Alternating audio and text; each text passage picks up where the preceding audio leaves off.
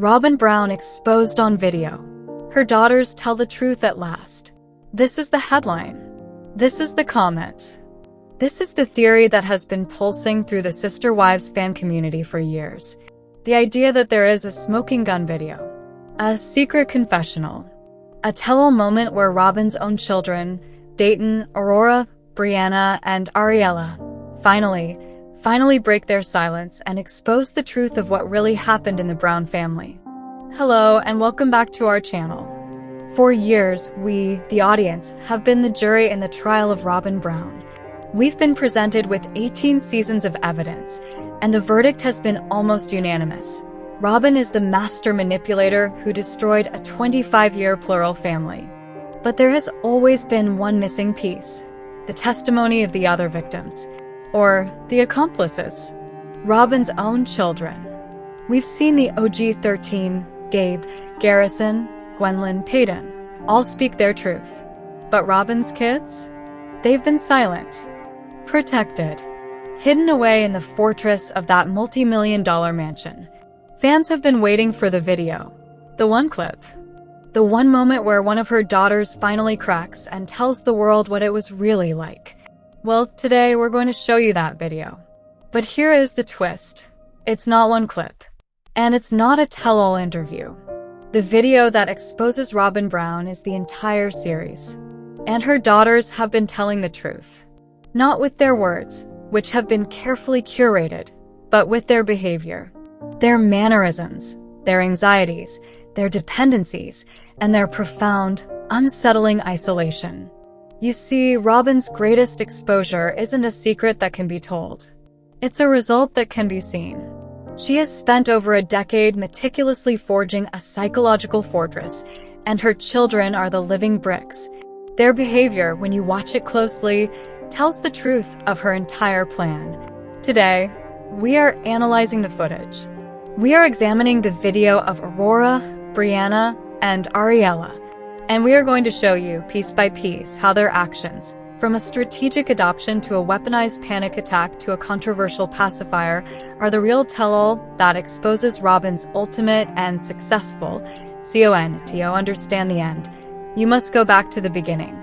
The truth from Robyn's daughters begins with the single most significant legal maneuver in Sister Wives history. We're talking, of course, about the 2014 divorce. The story we were told was a beautiful sacrifice. Mary, the first and only legal wife, was selflessly giving up her legal standing so that Kody could legally marry Robyn. Why?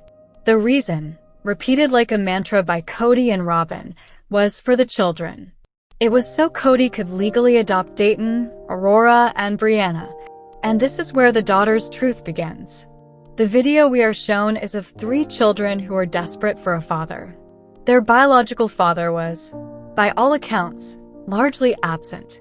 And in comes Kody, this energetic, fun dad. On camera, their affection for him is immediate. They are calling him dad. They are, by all accounts, thrilled with the idea of this adoption. But this is where we have to separate the children's truth from Robyn's strategy. Did Aurora and Brianna want a stable father figure? Absolutely. Their truth was a genuine, childish desire for a dad. But Robyn's truth was something far more cold and strategic. Let's look at the facts. Did Kody need to be legally married to Robyn to adopt her children? According to legal experts and even Mary herself, no. A step-parent adoption was possible. But Kody divorcing Mary and then marrying Robyn made the case stronger. As Christine herself has recently pointed out, this entire narrative was a plant. She recalls Robyn years earlier talking about other families where a first wife divorced the husband so he could adopt the fourth wife's kids. It was an idea Robyn had been planning for years. So, let's look at what the video of the daughter's behavior exposes. It exposes that Robyn used the genuine, emotional truth of her children as a vehicle for a legal power play. She presented it to Mary and to the family as, "This is for my kids. Look how much they love Kody. Look how much they need this." How could Mary say no? How could she look at these 3 children, Aurora and Brianna, and deny them the daddy they so clearly wanted? Robyn didn't just ask for the divorce. She created a situation of profound emotional blackmail, using her own daughter's desires as the leverage. She made Mary the villain if she said no. The truth Aurora and Brianna told in this video was simple. We want a dad. The exposure is that Robyn heard this and translated it into, I have found the perfect, unassailable excuse to sever Kody's legal ties to his first wife and bind him, permanently, to me. This act, the legal adoption, was the first and most critical step in separating her children from the OG-13. They were no longer just spiritual siblings. They were now Kody's legal children, a status that Isabel, Gabe, Garrison, and Savannah did not share with their half-siblings. It was the first us versus them line drawn, and it was drawn in permanent legal ink. If the adoption was the legal move, the next phase was the psychological one. This phase centers on the tender-aged children, Solomon, and, most visibly, Ariella. This is where the video evidence becomes truly baffling. For years, not just as a toddler, but well into her elementary school age, Ariella Brown was seen on camera with a pacifier. Fans were, to put it mildly, horrified. Not just because of the dental and speech concerns, which critics and even speech therapists have pointed out, but because of what it represented. This is Ariella telling the truth. What truth does a 5, 6, or even 7-year-old using a pacifier tell? It tells the truth of her parenting. It exposes a core tenet of Robyn's strategy: infantilization. Let's be very clear. Christine and Janelle raised 13 children before this. They raised them in a pack. They were independent. They had to be. Logan was making breakfast for his siblings. Mykelti was helping to raise her younger sisters. They were self-sufficient, tough, and part of a community. Robyn's parenting is the polar opposite. It is a parenting style designed to cultivate dependency. Why would a mother allow and even encourage her child to remain a baby for so long? Because a baby needs its mother. A baby needs its father. A baby cannot be independent, cannot be left alone, and must be the central focus of the parent's attention. We even saw this with Kody. He complained after Ariella was born that for the first time in his life, he was being forced to be a hands-on parent. Robyn demanded it. This dependency, symbolized by the pacifier, was a chain that bound Kody to her house. He couldn't leave. He couldn't go to Janelle's. He couldn't visit Christine. Why? Because Ariella needs me. She's just a baby, his truth continues. We've heard them openly admit that Ariella, even at 8 and 9 years old, co-sleeps with them. It's an extension of the same strategy.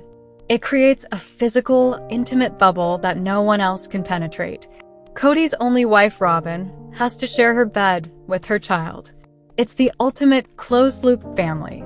We saw this again in a recent season. Kody on camera, brushing his 13-year-old son Solomon's hair. A 13-year-old. Now, contrast this video with the video of the other children.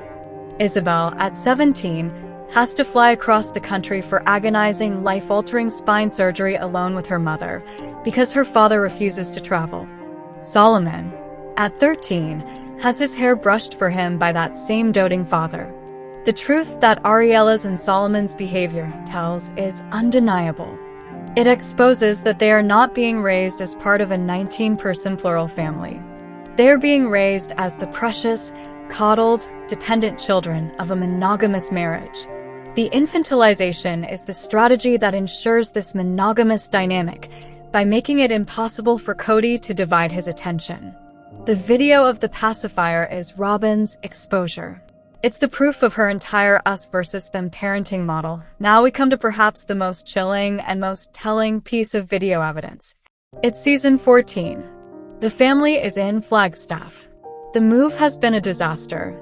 The rental homes are falling through. The family is in utter chaos. And it all culminates in one of the most disturbing scenes in the show's history. It is a terrifying, heartbreaking moment. A young woman is in clear, acute distress. But what happens next is the exposure. Watch Kody. Watch Robyn. Kody's reaction is not just to comfort.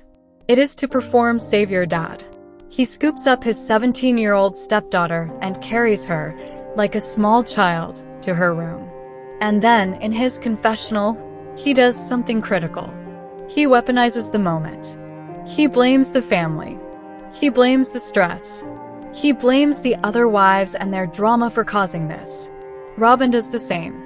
Her confessional is all about how sensitive her children are and how the family's chaos and fighting is harming her children specifically. Do you see the truth that Aurora's panic attack told? I am not, for 1 second, suggesting this panic attack was faked. Aurora's anxiety appears painfully real. But what this video exposes is how Robyn and Kody utilized that anxiety. This scene became the blueprint for the next 5 years. From this moment on, Robyn's children were no longer just kids. They were emotional shields. Their very real anxiety was proof that the other wives were unsafe. Why can't Kody go to Janelle's house? Because the conflict might trigger Aurora's anxiety. Why can't Christine and Kody have a difficult conversation? Because the fighting is harming the tender-aged kids. Why must the entire family bend to Robyn's will? Because if they don't, her children will have panic attacks, and it will be your fault. This video exposes the most sinister tactic in the Robyn Brown playbook, strategic victimhood. Any criticism of Robyn, any demand on Kody's time, any assertion of fairness from the other wives is reframed as an attack on her sensitive children.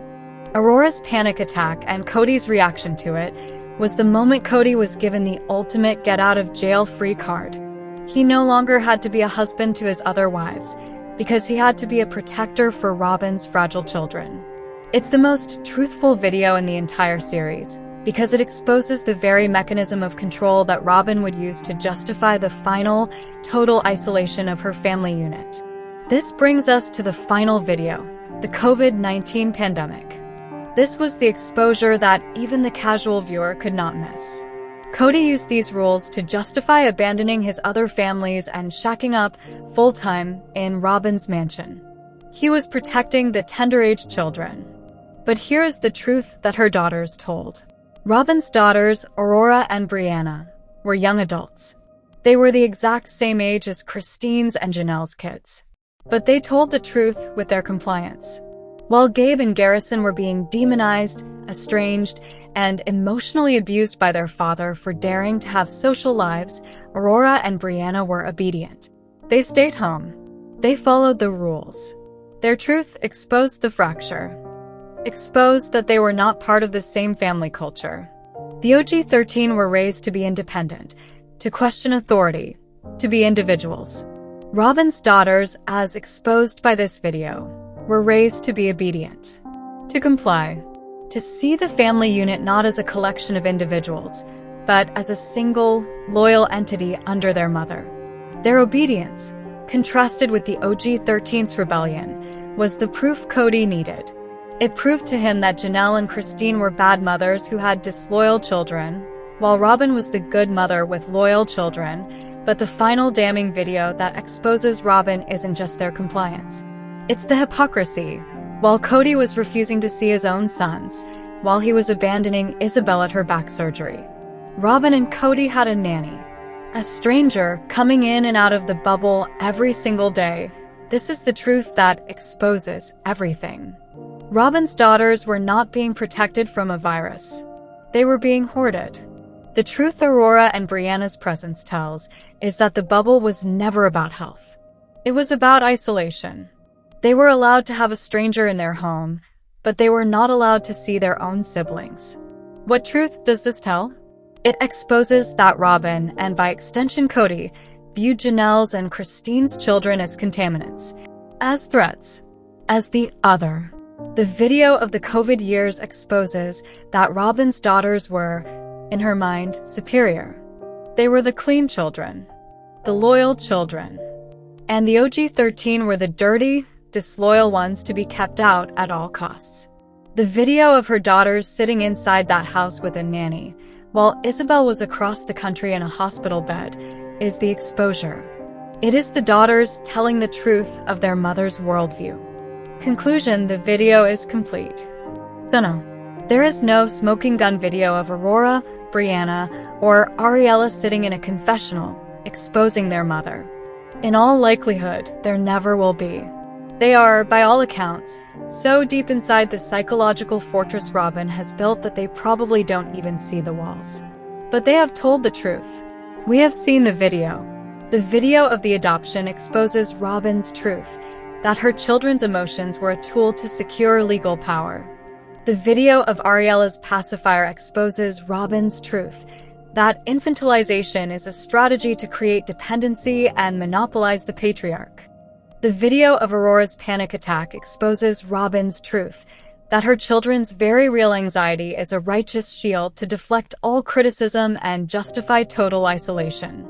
And the video of her daughter's compliance during COVID exposes the final, ugly truth, that they are not a family. They are an us and a them. Robyn Brown has been exposed, not by a single video, but by the 18-season-long documentary of her own success. She didn't need to tell her story. She created it.